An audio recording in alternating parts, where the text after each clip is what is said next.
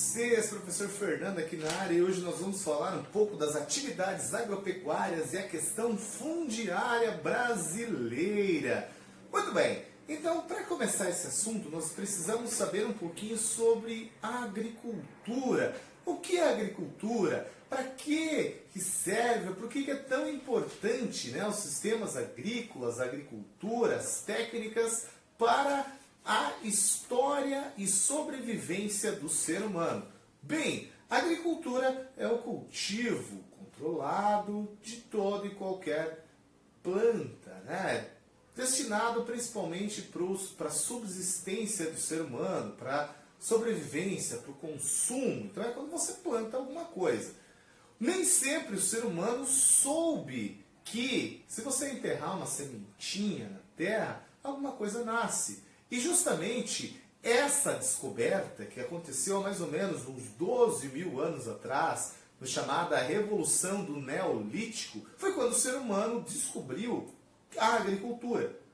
E o que isso mudou na vida do ser humano? O ser humano passa agora a controlar a natureza de uma forma que ele não precisa mais depender dos ciclos naturais. Por exemplo, antes o ser humano era nômade, sedentário agora, né? Era nômade, ou seja, ia de lugar em lugar conforme as estações do ano, conforme as oportunidades que era os dada, atrás de alimentos, sobrevivência.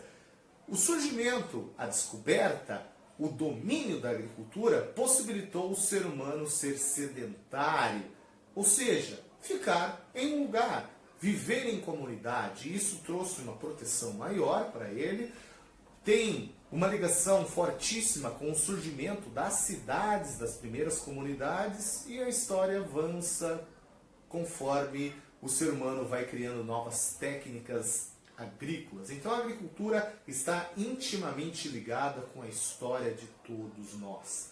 Olha só que importante, né? Então, da agricultura, o clima, um estudo que estamos fazendo já na outra frente, ele é um fator determinante para a agricultura. Por quê? Porque determinadas plantas, determinadas modalidades agrícolas não são possíveis em determinados tipos de clima. Então o clima sim é um determinante para tipos de agricultura. Outro fator determinante para dividir, para separar esses tipos de agricultura são os tipos de solo. A aula passada sobre pedologia. Conforme o tipo de solo, nós vamos ter possibilidades diferentes. É claro que o ser humano, através da sua tecnologia, da sua proveniência de técnicas, foi criando novas possibilidades. Então, hoje é difícil existir algum lugar onde exista um solo pobre demais que o ser humano não consiga reverter essa situação. Então, as técnicas agrícolas evoluíram de uma forma surpreendente. Bem, como que nós podemos classificar as atividades agrícolas? Isso aqui é muito importante, né? Nós podemos classificar através do rendimento. Rendimento, a quantidade de produtos e a rapidez, a efetividade desse tipo de produção. Nós temos aqui a produção intensiva, intenso, rápido, cheio de tecnologias, onde a produtividade é muito elevada, né? O uso de máquinas, aquela coisa forte, intensa. E a extensiva, aqui, indiferente das duas, a qualidade ela pode ser determinada por outros vários fatores. A intensiva é melhor que a extensiva. Tudo depende da finalidade de cada um. Mas a extensiva é aquela agricultura mais demorada, com uma produtividade menor, com geralmente um emprego de menos tecnologia, né? As técnicas são um pouco mais atrasadas. Então nós temos a questão do rendimento intensivo, muito grande, extensivo, uma rentabilidade menor. A finalidade da agricultura.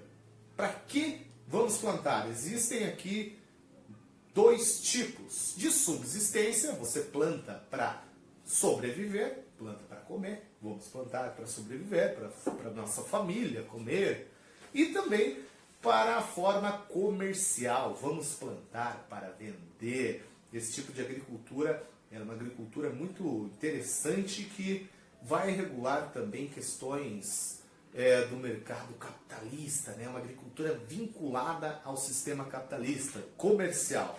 Muito bem. E também temos aqui técnicas agrícolas. Técnicas são formas de cultivo. Se você for trabalhar com isso, né, ser um agrônomo, um engenheiro da terra, você vai utilizar várias técnicas, você vai conhecer tudo isso. Mas se você não for fazer também, é interessante conhecer para que você possa fazer o vestibular de uma forma mais tranquila. Nós temos a associação de cultura, que é uma técnica onde se planta vários tipos de cultura em um mesmo local. Planta o café e embaixo cultiva o feijão, milho com alguma outra coisa. Então associa as culturas, isso é uma técnica. Emprego de fertilizantes, isso é muito importante, que através desses empregos de fertilizantes, o ser humano abriu novas possibilidades para a produção, em lugares que até então não era possível, né? Fertiliza o solo, faz esse tipo de fertilização. E também o calcário. O calcário é muito interessante que esse calcário ele está ligado, quando falamos em questões, vou dar um exemplo bastante prático, com a adubação do cerrado.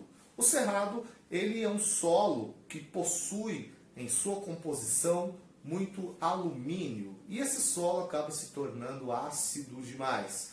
Como corrigir isso? Aplicação de calcário. Você neutraliza o solo e pode plantar em um lugar onde naturalmente não era possível, a rentabilidade seria muito baixa. Então, justamente para isso serve todo esse manejo de técnicas, para você aproveitar melhor, para você produzir melhor. Dentro desse emprego de fertilizantes, que pode ser químico, né? Entra a indústria química aqui no meio de tudo isso, ou natural, nós vamos falar um pouquinho da indústria química, já ligando com a Revolução Industrial e a Revolução Verde também, que foi uma revolução na plantação, no campo. Nós temos o emprego dos agrotóxicos. Esse assunto é um assunto bastante polêmico, muito importante quando os tratados de questões ambientais voltadas para a agricultura. O que são agrotóxicos? São esses produtos químicos que são utilizados na plantação, na agricultura, justamente para aumentar a produtividade. Até aí tudo bem. Mas só que muitos desses agrotóxicos eles são nocivos à saúde dos seres humanos. E aqui entra uma discussão gigantesca, longuíssima, sobre o emprego de agrotóxicos. O Brasil é um país onde os agrotóxicos eles são bastante utilizados, é um dos países que mais utiliza agrotóxicos no mundo. E aqui cabe também uma discussão, né? Até a que ponto isso é bom ou ruim para o ser humano, até que ponto é bom ou ruim para a natureza em si, porque isso vai transformar. Muitos desses agrotóxicos não se sabe quais são os seus efeitos colaterais no futuro, mas já vários deles estão atribuídos a doenças cancerígenas, doenças crônicas respiratórias em vários seres humanos. Então, é bastante interessante você ficar ligado sobre essa questão dos agrotóxicos, que principalmente quando trata de questões ambientais, eles estão bastante presentes.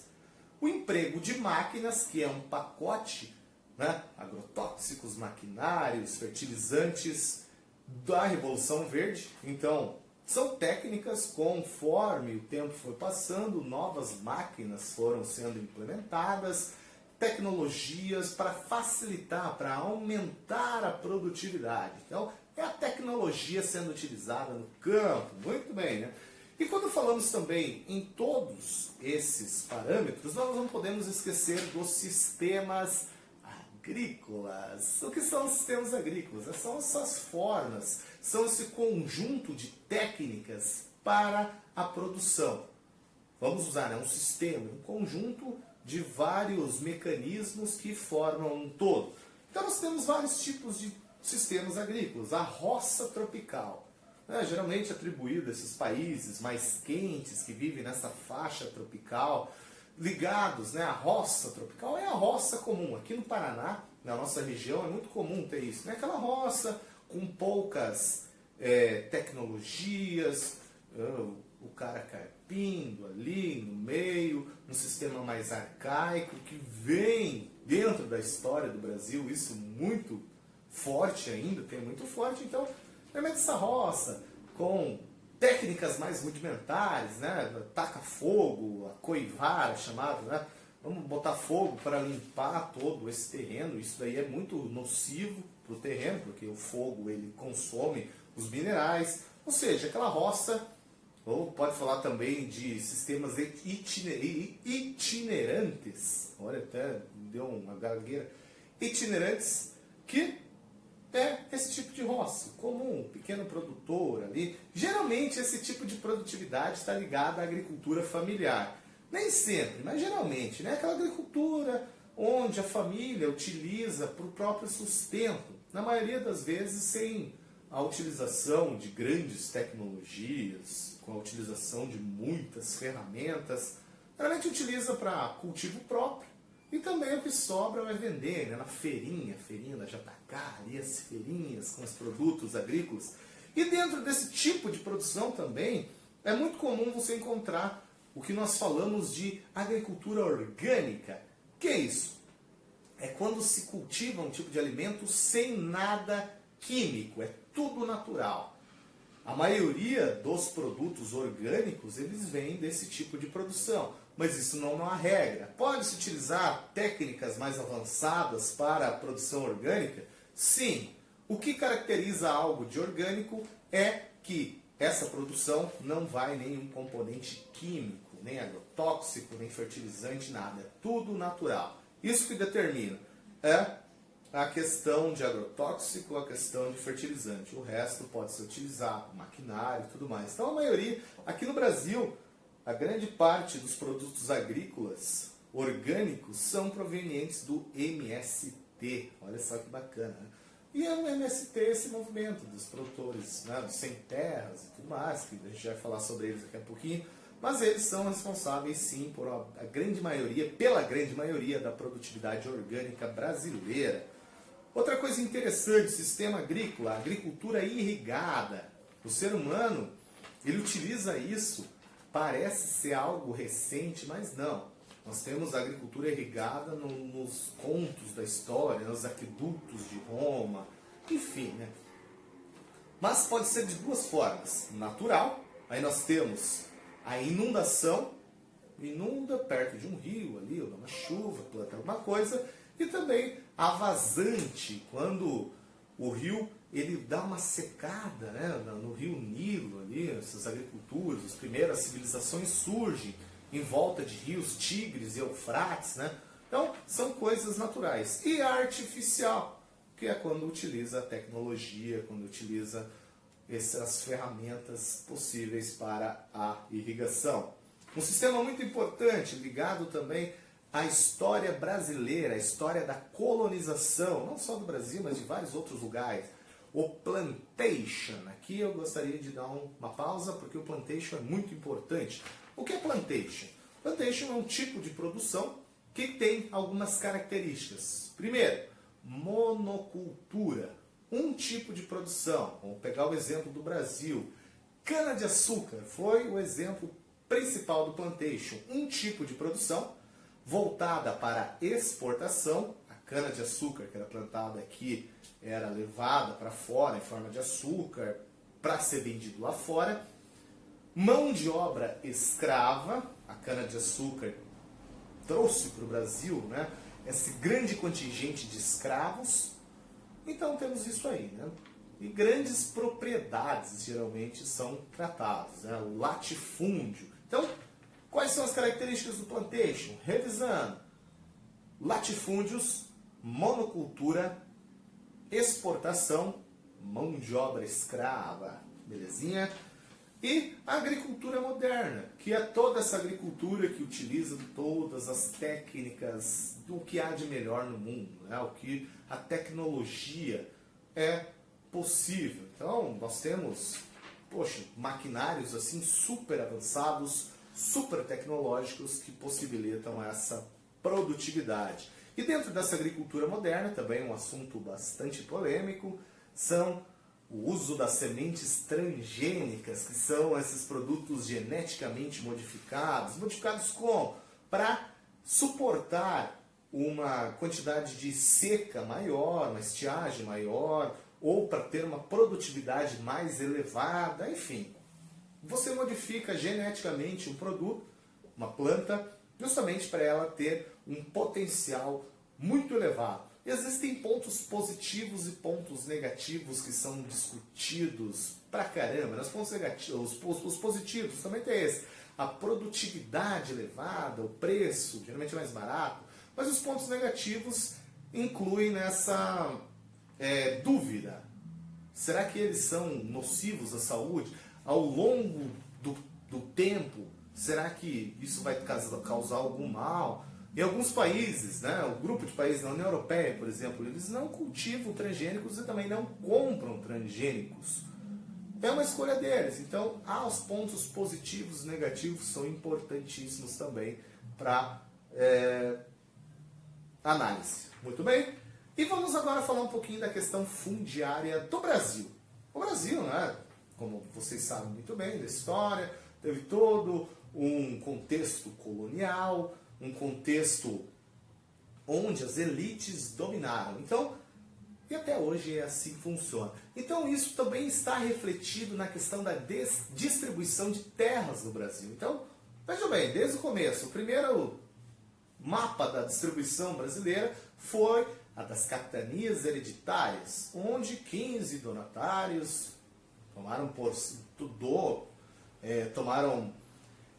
conta de boa parte do que nós chamamos Brasil hoje. Então, o Brasil já nasce com uma desigual distribuição de terras. E esses donatários também distribuíam partes dessas terras, chamados sesmarias, que também contribuíram para essa desigualdade, essa concentração de terras no Brasil. Então, o histórico colonial brasileiro já contribui com isso. Em 1850 foi um ano muito importante para o Brasil, porque, primeiro, elaborada a Lei Eusébio de Queiroz, que é aquela lei que proíbe o tráfico negreiro, e logo depois o Brasil começa a atrair imigrantes para cá. Algum tempinho depois dessa lei ser aprovada, foi aprovada a Lei de Terras do Brasil, de 1850.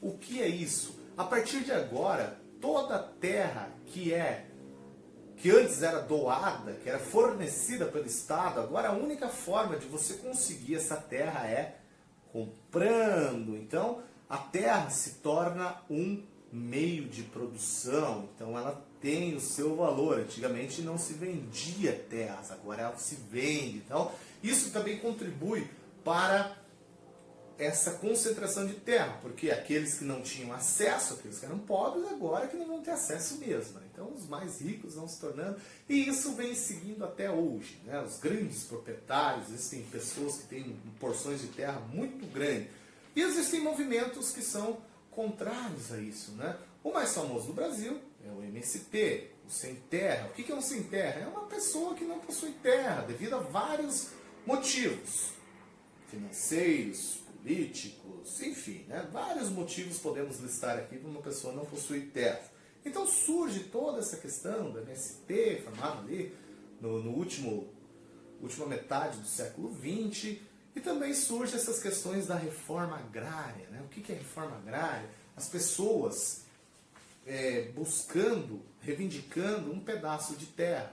Vamos distribuir essas terras por igual. O que isso lembra? Comunista, vai para Cuba, comunista. Então, reforma agrária tem esse vínculo de divisão. E uma coisa muito interessante, no dia 30/11/1964, foi criado o Estatuto da Terra, onde pela primeira vez na terra, né, no campo, existiam leis para as pessoas trabalhistas, que foi uma base para uma tentativa de reforma agrária, que nunca aconteceu. Então, é muito complicado. E dentro desse Estatuto da Terra surge o que nós chamamos de módulo rural. O que é um módulo rural? É um espaço mínimo de terra onde 4 pessoas adultas conseguem tirar o seu sustento. Vou deixar aqui para vocês alguns conceitos sobre esses módulos rurais que são interessantes também estudar, né? Mas qual é o mínimo de terra que um grupo de pessoas, uma família, consegue sobreviver? Cada lugar ele possui uma forma diferente. Mas o conceito de módulo rural é esse, né? Em um espaço de terra onde uma pessoa, um grupo de pessoas, uma família pode sobreviver. Qual é esse tamanho? Então, por hoje é só, gente. Nós vamos continuar a falar sobre agricultura nas próximas aulas. Aquele abraço e até a próxima. Fui!